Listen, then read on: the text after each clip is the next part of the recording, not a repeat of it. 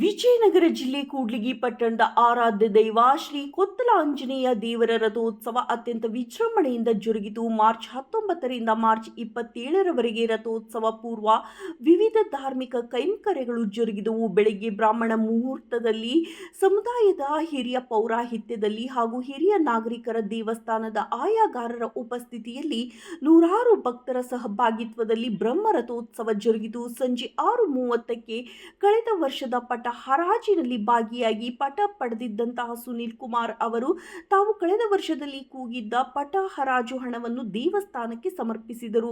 ನಂತರ ಪಟ ಹರಾಜು ನಡೆಯಿತು. ಸೇವಾ ಸಮಿತಿಯ ಪರವಾಗಿ ದೈವಸ್ಥರ ಪರವಾಗಿ ಪಟ್ಟಣ ಪಂಚಾಯಿತಿ ಮಾಜಿ ಅಧ್ಯಕ್ಷ ಕಾವಲ್ಲಿ ಶಿವಪ್ಪ ನಾಯಕ್ ಪಟ ಹರಾಜು ಪ್ರಕ್ರಿಯೆ ನಿರೂಪಿಸಿಕೊಟ್ಟರು. 2,01,101 ರುದಿಂದ ಆರಂಭಗೊಂಡ ಹರಾಜು ಕೂಗು ಗುತ್ತಿಗೆದಾರ ಸುನೀಲ್ ಕುಮಾರ್ ಹಾಗೂ ಸಿನಿಮಾ ನಟ ಹಾಗೂ ಬಿಜೆಪಿ ರಾಜ್ಯ ಎಸ್ಟಿ ಮೋರ್ಚಾ ಅಧ್ಯಕ್ಷ ಬಂಗಾರು ಹನುಮಂತು ಅವರು ತಮ್ಮ ಪುತ್ರನ ಮೂಲಕ ಕೂಗುತ್ತಾ ಭಕ್ತಿಯ ಪರಾಕಾಷ್ಠೆಯಲ್ಲಿ ಪರಸ್ಪರ ಹೆಚ್ಚು ಕೂಗುತ್ತಾ ಸಾಗಿ ಬಂಗಾರು ಹನುಮಂತ ಅವರು ಅಂತಿಮವಾಗಿ 15,01,100 ರೂಪಾಯಿಗಳಿಗೆ ಶ್ರೀ ಕೊತ್ತಲ ಆಂಜನೇಯ ದೇವರ ರಥೋತ್ಸವದ ಪಟ ಹರಾಜಿನಲ್ಲಿ ಪಡೆದರು. ಈ ಸಂದರ್ಭದಲ್ಲಿ ಧಾರ್ಮಿಕ ದತ್ತಿ ಇಲಾಖೆಯ ಪರವಾಗಿ ತಹಶೀಲ್ದಾರರಾದ ವಿ.ಕೆ. ನೇತ್ರಾವತಿ ಉಪಸ್ಥಿತರಿದ್ದರು. ಧಾರ್ಮಿಕ ನಿಯಮಾವಳಿಗಳನ್ನು ಆಚರಿಸಿದಂತಹ ನೆರೆದಂತಹ ಸಹಸ್ರಾರು ಭಕ್ತರು ರಥವನ್ನು ಶ್ರದ್ಧಾ ಭಕ್ತಿಯಿಂದ ಎಳೆದು ತಮ್ಮ ಭಕ್ತಿಯ ಸೇವೆ ಸಮರ್ಪಿಸಿದರು. ಅಸಂಖ್ಯಾತ ಭಕ್ತರ ಜಯಘೋಷದೊಂದಿಗೆ ರಥವು ದೇವಸ್ಥಾನದ ಆವರಣದಿಂದ ಚಲಿಸಲು ಆರಂಭಿಸಿ ವಿವಿಧ ವಾದ್ಯ ವೃಂದಗಳು ಹಾಗೂ ವಿವಿಧ ಕಲಾ ತಂಡಗಳ ಕಲಾ ಪ್ರದರ್ಶನದೊಂದಿಗೆ ಮೆರವಣಿಗೆ ಸಾಗಿತು. ರಥವು ಹೊಸಪೇಟೆ ರಸ್ತೆಯ ಮೂಲಕ ಮದಕರಿ ವೃತ್ತ ತಲುಪಿ ನಂತರ ಶ್ರೀ ಕೊತ್ತಲ ಆಂಜನೇಯ ಪಾದಗಟ್ಟೆ ತಲುಪಿ ಅಲ್ಲಿ ಧಾರ್ಮಿಕ ವಿಧಿವಿಧಾನಗಳನ್ನು ಪಾಲಿಸಿದ ನಂತರ ಮರಳಿ ರಥವು ಈ ಹಿಂದೆ ಇದ್ದ ಮೂಲ ಸ್ಥಳಕ್ಕೆ ಬಂದು ತಲುಪುವ ಮೂಲಕ ರಥೋತ್ಸವ ವಿರಮಿಸಿತು. ರಥೋತ್ಸವದಲ್ಲಿ ಪಟ್ಟಣ ಸೇರಿದಂತೆ ವಿವಿಧ ಗ್ರಾಮಗಳ ಗ್ರಾಮಸ್ಥರು, ವೃದ್ಧರಾದಿಯಾಗಿ ಹಿರಿಯ ನಾಗರಿಕರು, ಮಹಿಳೆಯರು, ಮಕ್ಕಳು, ಯುವಕರು, ದೈವಸ್ಥರು, ಸೇವಾಸ್ಥಾನದ ಸೇವಾ ಸಮಿತಿಯವರು, ತಹಶೀಲ್ದಾರರು ಸೇರಿದಂತೆ ತಾಲೂಕಾ ಆಡಳಿತ ಸಿಬ್ಬಂದಿಯವರು, ಪೊಲೀಸ್ ಇಲಾಖಾ ಅಧಿಕಾರಿಗಳು ಹಾಗೂ ಸಿಬ್ಬಂದಿಯವರು ಭಾಗಿಯಾಗಿದ್ದರು. ಅಸಂಖ್ಯಾತ ಭಕ್ತರು ಶ್ರೀ ಕೊತ್ತಲ ಆಂಜನೇಯ ರಥೋತ್ಸವದಲ್ಲಿ ಭಾಗಿಯಾಗಿ ದೇವರ ಕೃಪೆಗೆ ಪಾತ್ರರಾದರು. ವರದಿ ವಿಜಿ ರುಷ್ಪೇಂದ್ರ, ಕೂಡ್ಲಿಗಿ.